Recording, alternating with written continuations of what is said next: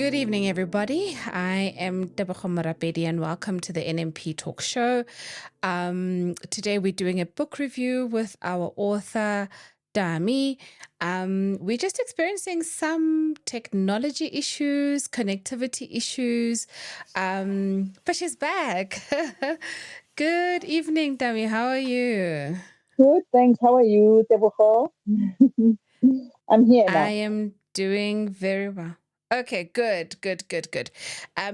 When technology decides not to play along, it definitely decides not to play along. I But know, thank I you know. so much for joining us this evening. We really appreciate your time. You were gracious with us a couple of weeks ago, where we really talked about your book, and essentially what it really means, and just the feedback that we received from our listeners about just sharing a piece of you with us during that time was absolutely amazing. So today, hopefully Sino on her side connectivity can work, but what we really wanted to do is just to cover some of the questions that we never got a chance to really do so. But maybe before we get into that, we know and we've seen from your page that there's been a couple of other interviews that you would have done. For example, the most recent one with Pala Pala FM. Just give us an experience of how that went. Tebogo, let me tell you about the Pala Pala. Uh, in proper vendor, it's Para Para on Para Para FM. Oh, Let me tell you about that interview, Tebogo. I've been following that program called Mangwara on Para Para FM for 2 years as I was writing my book.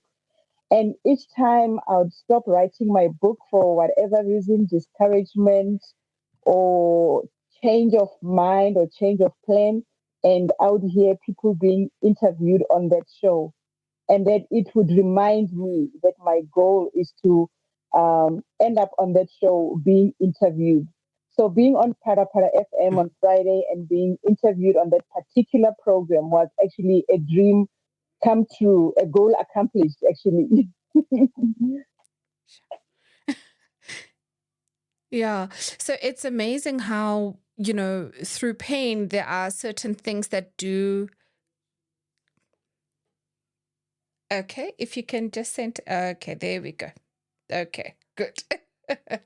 Awesome. I was saying that it's amazing how, through pain, there are certain goals that one can achieve. And so we really are grateful for the just the feedback, or just that you've written this book. So maybe let's just maybe also just talk about the questions that we never got to actually answer or had an opportunity to ask, and let's talk about that. And I know that these two questions that we're going to talk about next specifically came from Sino. I'll just ask mine a little bit later. Just trying to just to get that from you. So the first one is, in the book you do talk about when there was that issue of wild talk, when friends and family were trying to reach out and comfort you. So what would you like to share with those who will hear wild talk from their grieving friends or family when it comes to this type of loss? All right. So a grieving person will have that wild talk where they blame life, where they blame somebody, where they even blame God for what they're going through. So now, when it comes to wild talk, or you listening to a friend giving you the wild talk, imagine being judged, your singing voice being judged when you have a sore throat. That's not your real voice. That's not you. So the wild talk is not real talk from the heart. It's it's a grieving heart. It's just a grieving heart bleeding. So as you don't reprimand somebody for bleeding after maybe being cut, wild talk, they're just bleeding. It's got nothing to do with who they are. So how to respond to wild talk?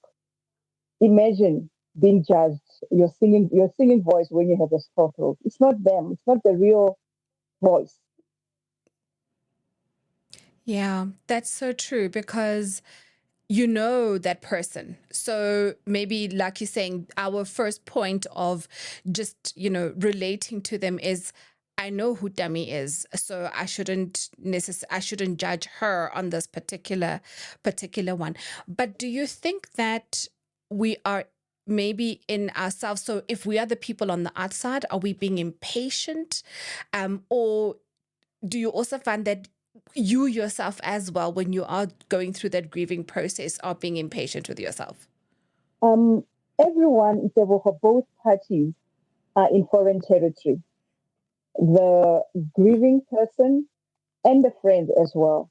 That's why I took it upon myself to go and interview my friends because I felt they were acting awkward. And they also thought I was acting awkward. When I interviewed them, there's a chapter in my book. The title is Giving Myself Interview, Dialogue with My Friends. Dialogue with My Friends. Yes. Yes, that's the title of the Yes. chapter. So I wanted to have insight on what it is like to be on the other side, not to be the griever, but Mm. the comforter. So they were open enough to uh, tell me that they also don't know how to comfort me. And I also didn't know how I wanted to be comforted. So the dialogue helped to put everyone to bring everyone to an understanding that both parties are on foreign territory really. Sure, that's so powerful, and I think that yes, sometimes like you say, we sort of don't know what to say, how to say it, and then end up not necessarily comforting somebody that's grieving because we are at a loss for words. But I think in that particular chapter, there are certain things that you mentioned that you actually wanted people to come and sit with you. And I know that in the last interview, you almost talked about having like a crying party, uh, Yes, where you can all come together and you're not necessarily saying anything, but you're almost doing this unburdening yes, of this pain that you just, all of you collectively are feeling. You as the person that has experienced it, but from a friend's perspective, in that we want to share that mhm, pain with you. yes. Welcome, Sino. I hope you Hi, can hear us. I can hear Is you. everything oh Can you hear good? me? Okay, good. Okay. Oh, we hear Yay. you loud and clear. Sorry, We guys. hear. No, we were saying when technology decides not to work, technology decides not to work. But thank you so much for being here. So we've asked the first of your questions that was that we didn't ask in the last episode. Maybe do you want to cover, maybe just give a context to the second one in terms of the message for women? Yes. That second question, Sino? Yeah. Oh, yeah. Last time, I feel like I got to ask like 90% of my questions. So I just had that one, and and I remember you mentioning that you were thinking of starting a support group for women who have been through this kind of thing as well. So I wanted to ask you more about that. I was very excited to hear you say that because the feedback I received from people who either watched the show or just saw me talking about your book, many wanted to read your book. Many wanted to gift friends or family members who have gone through this grief. Um, so that they can also benefit from your experience that you shared and the encouragement that you share in the book. So I thought, oh, a support group would be amazing. So what are your plans regarding that? Oh, pressure there, pressure, pressure. Yeah. You know what, that has to be done. Yes. The feedback that I receive from the interviews that I do, various radio stations, or from posts that I post on social media. I get Mm, calls, I get messages. Yes. So this has to be done. And plans, as I mentioned the last time, plans are in place. And I think you will be one of the first people to know. Really? Oh, exciting. Please let us know.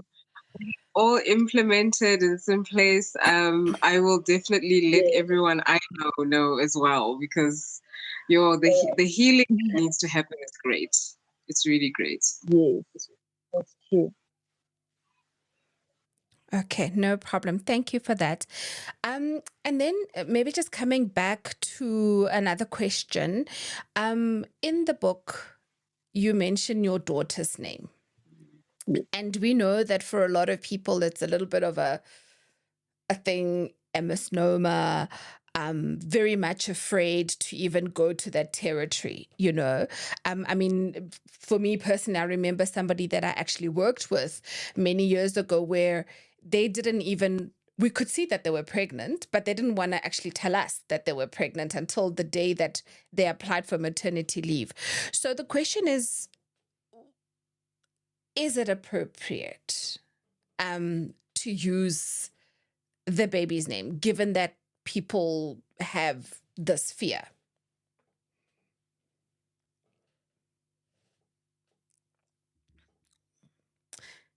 Tami, are you still there? Okay. We've we've lost her for a little bit, but if you've just joined us, thank you so much for joining NMP Talk Show. Today we are re-looking at the book that we've reviewed before. It's called The Daughter I Never Had, and it's written by Damilio Tlela. Last time we explored a lot of themes and a lot of subjects around grief and what it is like to lose. Yes, hello. Yeah, we can hear you now, Tami. You back?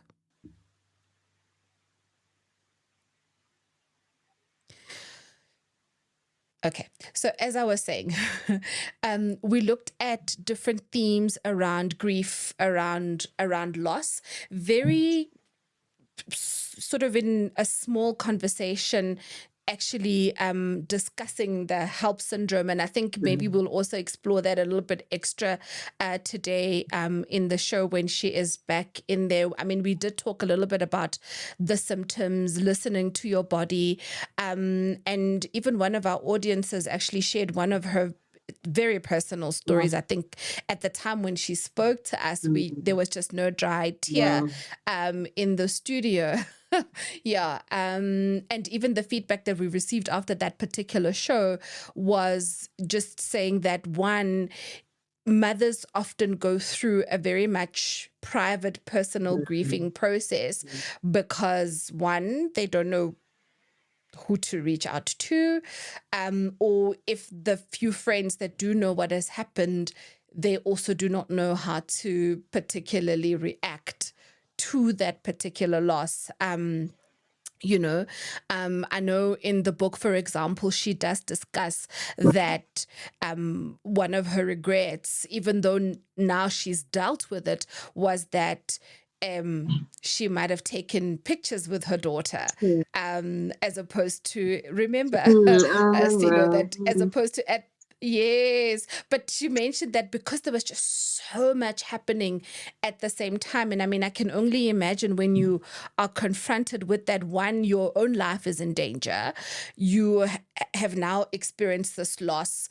The last thing you have is a calm mind to make rational decisions when it comes to, or just to say, but guys, just wait a minute, maybe. All right. I need a selfie. Hold the Maybe bus. it'd be the presence of mind to think of that. Yes, Can't blame.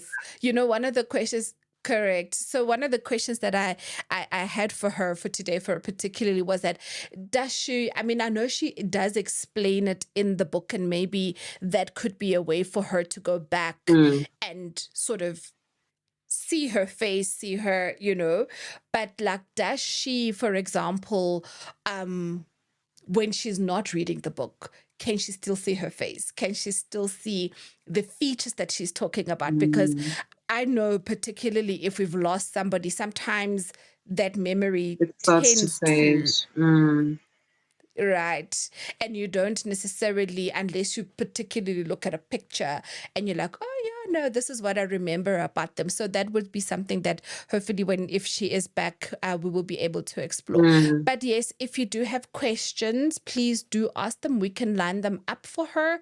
On the show, you can either post it on the Riverside platform, or even on Telegram if you are logging in through Telegram.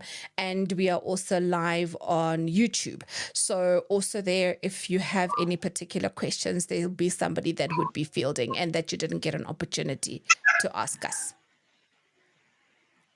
Okay. Anything you want to add, Sino? I was actually, because I can talk.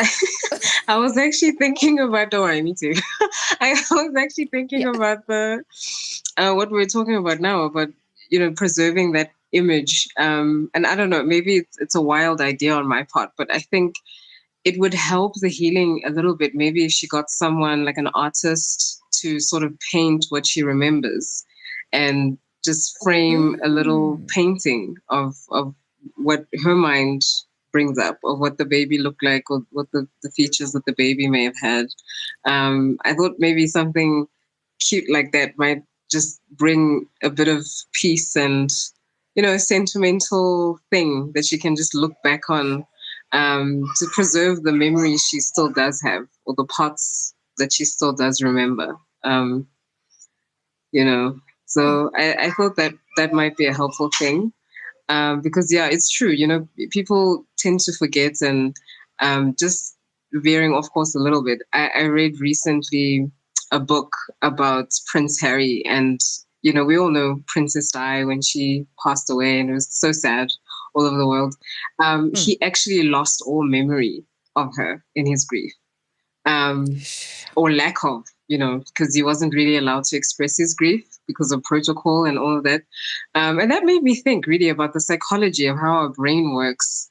When we experience too much pain, it seems to kind of jump in and wipe the things that cause us so much pain.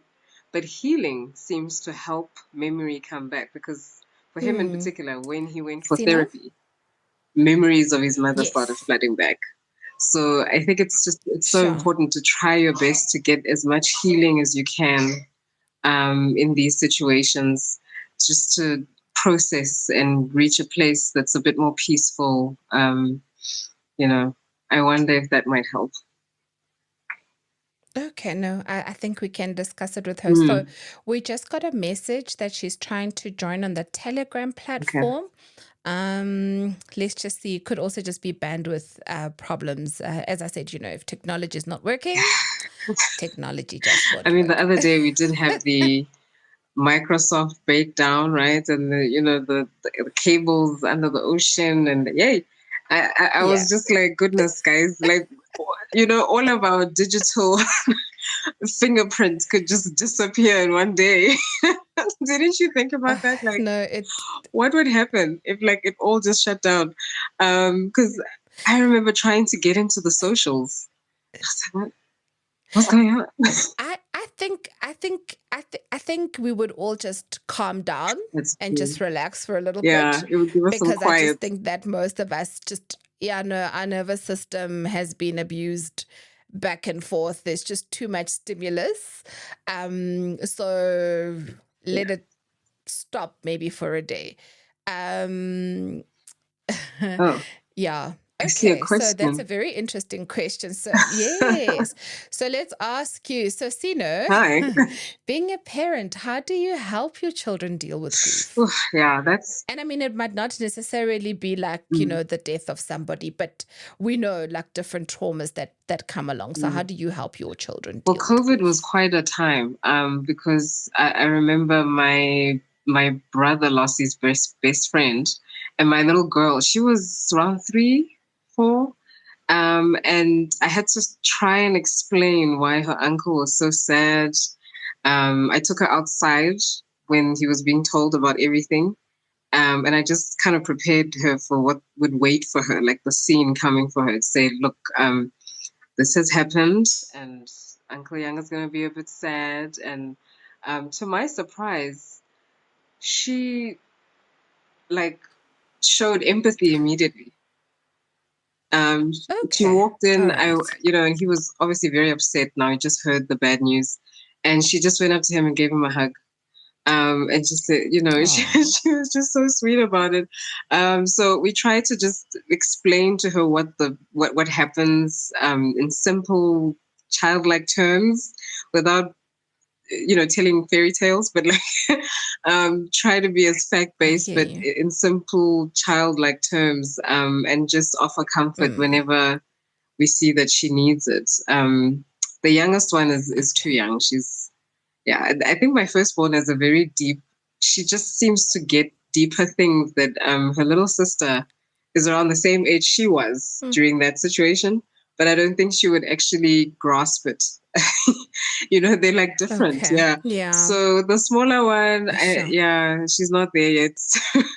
She hasn't experienced that yet. But I Okay. think during COVID, especially, I mean, we would attend funerals on Zoom, so she had a lot of the Yeah. firstborn had a lot of exposure to that sort of thing, and there was a lot of explaining to do on our parts, and comforting, and Okay. trying to lighten up the mood with her a bit, oh, let's go play outside. Oh, Just so she's not yeah. like down in the dumps. So I think that's for me, just explaining. Yeah. Okay. Okay. Thank you so much. Tami, thank you so much. Yes. You're back on Telegram. Thank you. Okay, Nice. great. So you were still telling us about using the baby's name. Oh, yes. At Tebogo, many people, I found that when I mentioned my baby's name, the moment I said Mm. Kamu, they would cringe, sort of as if maybe I shouldn't have said that name, or they couldn't grasp me saying Kamu's name. Now, Tebogo, your question was, should the baby's name be mentioned, right?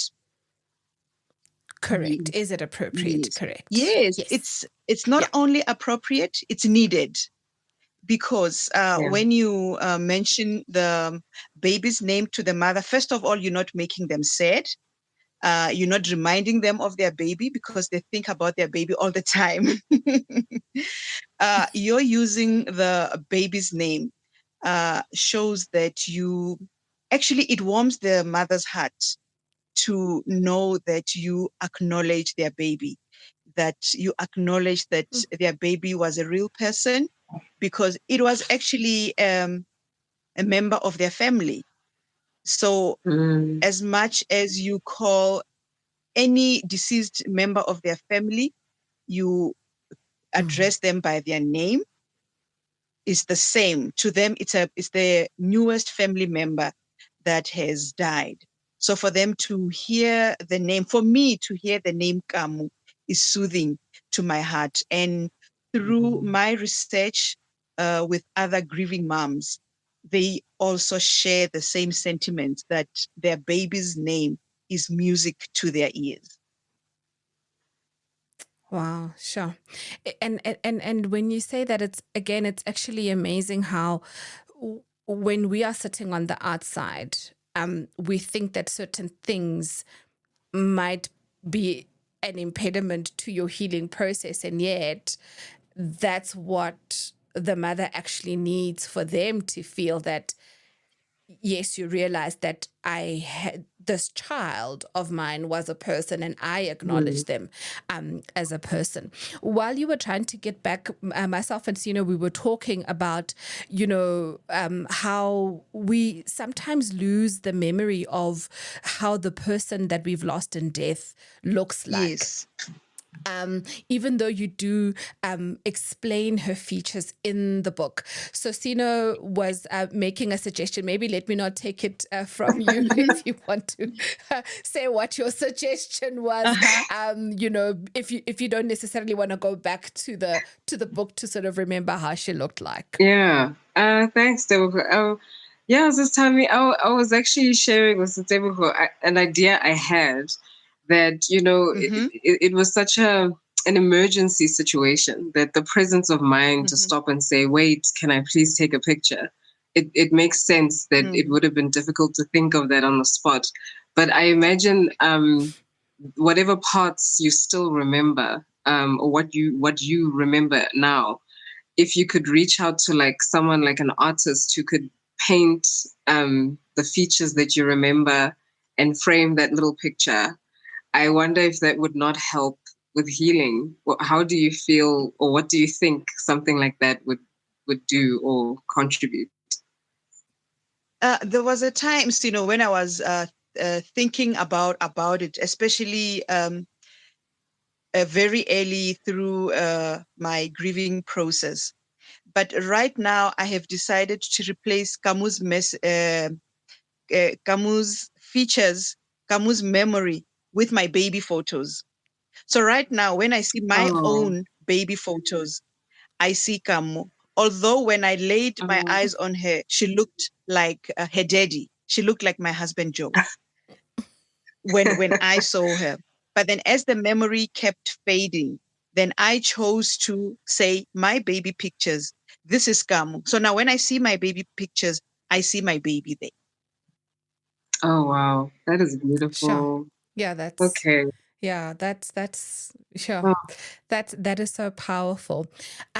Now one of the other questions that I sort of did not get an opportunity to ask the last time, Tami, when we were speaking to you, I sort of touched on it about the journaling. If you are, doing it, is there a particular time? Are you consistent about it, or is it like just different themes that you're writing about, so that we can get to the? Because we also spoke about potentially being a follow-up book to this one that you have. Yes, with journaling, I used to journal even before writing the book. Is a custom. It's a custom that I had when I was still in school. Then when I grew older, I stopped. So it was basically I was going back to something that I was used to when I was still in school. So I'm already used to the habit. Is I write anytime when I have the chance, but almost every day just before going to bed. I just sit and write. I just sit in my bed and write about what happened in the day, during the day, how it made me feel, just about stuff.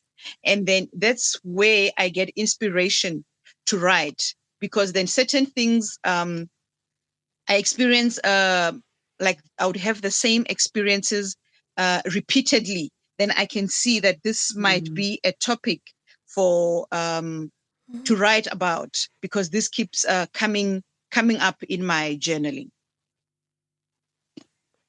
Okay, no, that's very good. I used to journal, but I don't do that anymore. But no, certainly, but certainly, when I did do it, was very good, mm, Yes, because it also sort of gives you clarity of mind. You're almost it able to does. compartmentalize yes. certain things, and you know, put it in its rightful place. So maybe I should You should. go back to I it. went back just like Sis Try it. Tami, and it makes a world of difference. It really does. Okay, Yes.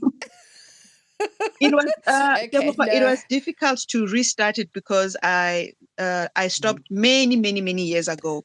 But once I started, it felt like home, because this is something that I used to do. Mm, Yes, it was like going back home. okay. Oh, I love that. I love that. The last show we did speak also a little bit about the HELP syndrome and some of the sort of symptoms that mothers must be on the lookout for. Like, for example, even in the book and even in the previous interview, you mentioned listen to your body. When you feel like something is wrong, do something. Don't necessarily wait. And even putting too much strain on yourself, because in the book you did mention that making the trip to go and support your sister, for example, that kind of put a toll on your body.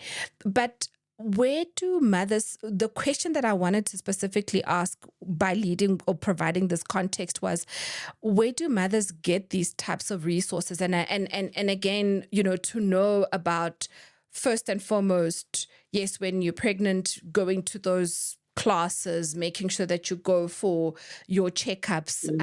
If you feel that there's something wrong, how do you even start that conversation with your doctor?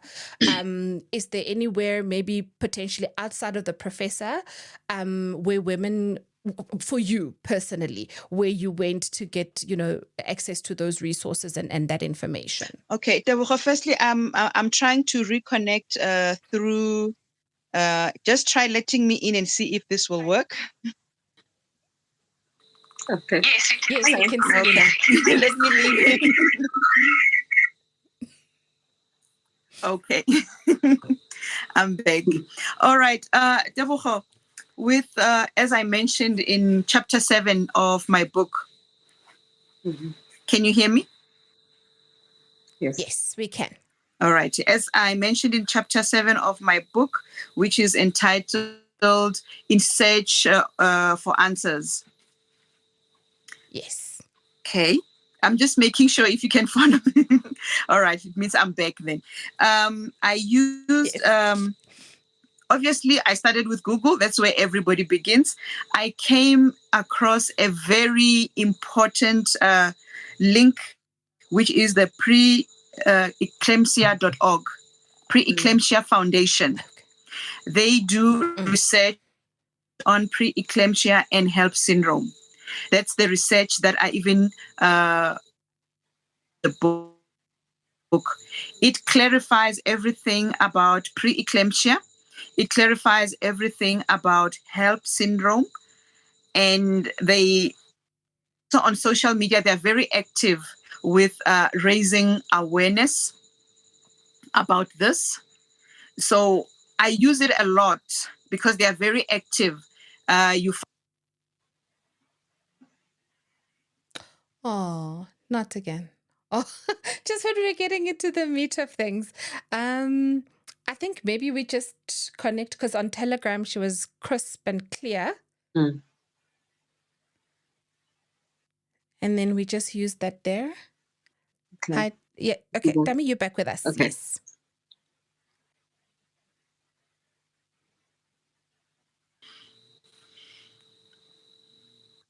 Hi. It's the blackout. Technology. Okay. Where did I cut? I don't know where to begin now. So you cut on the preeclampsia.org website with the information and keeping up to date. Yes. Yes, the Preeclampsia Foundation. It's based in America, I think. They are very active on posting daily. Also on their social media, they're very active. So any information that you find on that Preeclampsia Foundation is the latest information. So it's the most reliable source that I depend on at the moment. And yes, that's basically besides many others, but many others also refer to the Preeclampsia Foundation. Okay. All right. And so would you, and I'm assuming that through the focus groups that you're going to start having, maybe that would be the information. If people do not necessarily have access to internet, they'll be able to get that information. But how important is it for moms to actually read up? And I don't necessarily think that, most of us, if you find out that you are pregnant, we don't necessarily go out and look for that information, or even sometimes attend it's prenatal classes, right? Sorry, I haven't been pregnant, so I don't. Yes. Yes. It is a prenatal process. Yes. So how important is it for moms to do that, even in the instance of a surprise? Because even in the book you bring it out that this was so unexpected. Yes, Tebogo, it's important to know your body, to listen to your body. Like in my case, yes, it was a surprise. But the moment you find out you're pregnant, obviously you're going to go to the doctor, and then the doctor is going to outline things that you have to do, steps that you must take, even if it's a surprise. But from the day you find out it's a surprise, it's no longer a surprise. Then you start gathering information on what to do. So it's not to take any signs lightly. Anything that, if you're feeling unwell, and everyone will know when they are more than not well, when it's out of being not so well, not to be made to believe that they are overreacting, or it could be their first time, they might be shocked. Listen to your body, and take steps to what your body with what your body is telling you. Okay, no, and thank you, and thank you for that. We've touched on different themes of grief and the different stages. And I remember even in the last episode, Sino asked about support for fathers. Would fathers have access to these focus groups that you are trying to put together, or is there going to be like a separate platform potentially for them, or would it be, will they be able to come to those discussions? Deborah, right now I'm still overwhelmed with the moms. I'm going to deal with the moms first. And Let's deal with the mummies first. And if I may jump in also, men tend to be reluctant to join those sorts of things as well. That's the other. I've always been curious what can be an arrangement that would work for men, because generally, I don't know if I don't want to speak about every man because people are different, but the men I know, when you mention things like, hey, therapy, sessions, it takes a lot for them to finally maybe agree that maybe they need to do something such as that. So probably your approach towards helping the moms and the approach to helping the dads would have to be a bit different, because moms are more willing to come forward and really need that healing and open up and receive the nurturing. But I think dads tend to close up a lot more, just as second nature. So it might require a different strategy for the dads. And Sino, I'm hoping to get more insight from the moms. The women, we're very open. So I'm hoping to get more insight from them. My tribe, you know what I'm talking about. I think they will give me more insight on how to include the men The dads, in the grieving, the grieving dads as well. Okay. No, thank you for that. So I have another question. Sorry. Again, please, thank you so much for joining us. If you do have a question, either on Telegram or even on Riverside, please do ask, so we can ask our guest your question or any. Okay. So we do have a hand on Telegram. Lerato, you can unmute yourself. Hi everyone. Hi Tami. Hi, Lerato.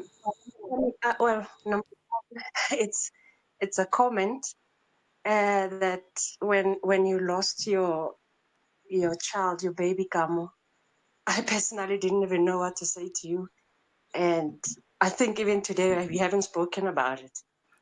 And number two, how do people? Okay, we grieve differently. And people grieve maybe for a loss of a job and a loss of a lost one, a loved one in death. So my question is, how do you know that the grieving process has stopped? Okay. Can I take it away, Tebogo? Yes, please do. Yes, please do. Okay. Thank you for your question, Lerato. Yes. Thanks for the question, Lerato. The grieving process doesn't stop, Lerato. For me, okay, and according to my understanding, it doesn't stop because you you learn to merge it with your life. It goes through different stages, basically. So you're going to go through, in my experience, I realized that I went through different phases. I'm still grieving, but I'm not grieving the same way as I was grieving 3 months after I lost Gamu. I'm not grieving the same way as I was grieving a year after I lost Gamu. So the grief never stops.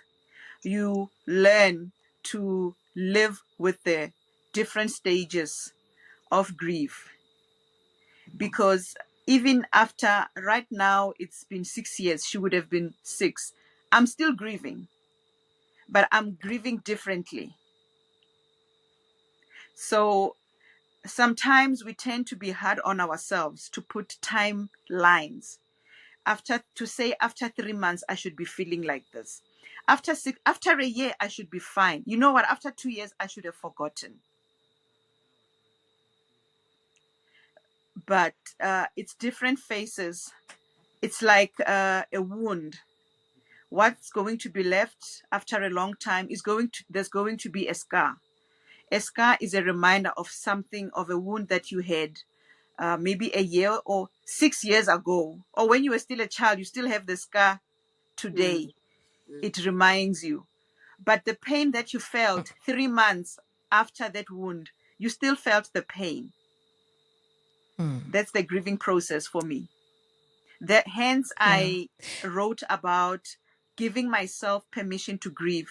In chapter 10, I speak about giving myself permission to grieve, because I had a book, to say this is how I should grieve. I should grieve. After 6 months, this is how I should be feeling. And grief had a different memo for me. And I had to go by the rules of my grief. Sure. Yes. And I think, yes, thank you for that. We appreciate that. And I think even when we were speaking about that she would be 6 this year, for example, the last time you mentioned, but she'll be in school, so I'd have to be buying uniform. I mean, after even going through that phase of buying baby clothes, just so that and that was part of your grieving process. We have a comment on Riverside. I'll just read it for you. It says, the comment says, I agree that we men are very reluctant. The reason why that's the case is that we are taught to man up. If you cry, you are considered soft. It's upon the new generation to teach their boy children to express emotions, of course, also being taught to be a man in protecting others. And I guess that's a very delicate balance to get as well. But thank you very much. Deborah, can I say something there? Yes, please. Yes.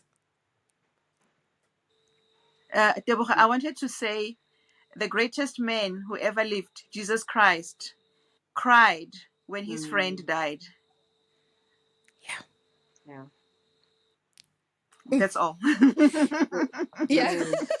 So we best take a leaf from what he did. I love that. That's such a beautiful comment. And that's true. He was not afraid to show emotions, right? Yeah. Okay. And I know that we also touched a little bit on this theme the last time in terms of your hope, which is one of the things in one of the chapters you mentioned is what is carrying you through. Are you sharing this openly with, other women that are part of your tribe? And how's that even now still keeping you going, even after 6 years after losing Gum? Yes. Yes. So my hope, Deborah, being a Christian, is that I'm going to be reunited with Gamo. I'm going to hold her in my arms, because the last time I saw her, she was in my arms. But then I find that with different women in my tribe, there's different beliefs when it comes to that. And I respect each one's space of how they perceive where their baby to be. If it comforts them, if it works for them, I respect that. But my hope is I'm looking forward, and I know I'm going to be reunited with her. I write in my book that when I was still crying for her, like literally crying for her, I used to utter the words, I loved her so much. I wanted to teach her so much. So I'm looking forward to the opportunity to love her so much and to teach her so much. That is going to happen. That is my hope. That soothes my heart and that wants me to be faithful until the end so that I'm able to experience that. Sure. We can't wait to come and visit you for coffee and actually meet her. Yes, you will. Yes, In Auntie person. Tebogo and Auntie Sino. Oh, Yeah. you're gonna make us cry Oh again. man. Yeah, no, like they're coming. They're They're working their almost way coming. up.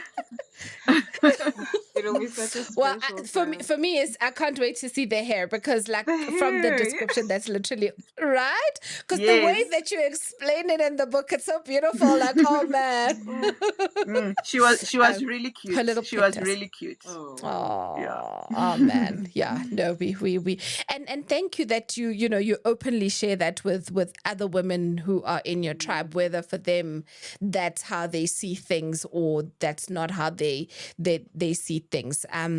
But and it's good that it has carried you this far, and I think yes, for all of us who are Christian, that hope we certainly hold very dear to our heart. Right. So we've got about 7 or so minutes left in the program for today. I don't know if there are any questions from our audience that you would like to ask Tami. If not, we can then just get into some closing comments. Okay. Sino, any closing comments from your side before we give Tami the stage? Oh, are you asking me? Yes. Yes, you see. It went quiet a little bit. Yes, me. Sorry. I will say, Yes. I'm always in awe of you, Sis Tami, because you're so brave to come and repeatedly talk about this and sharing this information and the message to other women, and the dads too, and everyone who's experienced this, who has been part of this kind of grief. I hope that it will definitely change lives and heal people, and even the dads. Please, dads, open up. Because it's both that need to heal. And my heart gets really sore when I think about how men in society are not given that hug. Like that, like we heard in the comment earlier, society teaches men, don't cry or else you're too soft. And yet we know that actually allowing yourself to express your emotions, strength, it gives you that inner strength, the resilience to continue. It is bottling things up, that actually weakens us emotionally. So I would love to see how your focus group or your support group is going to strengthen people, families going forward after experiencing such tragedy. Yeah. Okay. Thank you for that, Sino. We seem to have lost Tami again. Oh. I'm here. Can you not hear me? Hopefully she gets back on Telegram. Oh, I can hear her. I'm here. Oh, can you? Oh, okay, good. So do you maybe just want to ask the question that's in the before closing comments from my side? Okay, let's see. That when she sees her again, what skill would she like to teach her or for her to have? Because she talks about teaching her many things. Yeah. But I definitely know what skill I would like to learn in the future. And what skill is that? Sustainable. Get better at cooking and baking. Tell me about it. Yeah, that's something I think I'll be learning forever. Myself, personally. Good. Sorry, we just had one last question before we can do closing remarks. And the question is, when you see Kamo again, what skill would you like to teach her? Okay, I'm just trying to close the volume here, this side. All right. Everybody knows I used to do, I mentioned in the book, can you hear me? Mm-hmm. Oh, okay. My friends mentioned that they knew that, hello? Yes, we can hear you. Oh, okay. My friends say they know that Kamu would be very creative because I was in the wedding industry. So the first one would be flower arranging. We're going to be arranging flowers. Oh, Oh man. Okay, so I can't wait to come and actually see your beautiful garden then. So that would be one of the things. that's a wonderful Because you're skill. going to be using those flowers. Oh man, that's absolutely amazing. No, and we just can't wait to see how that talent is going to turn out.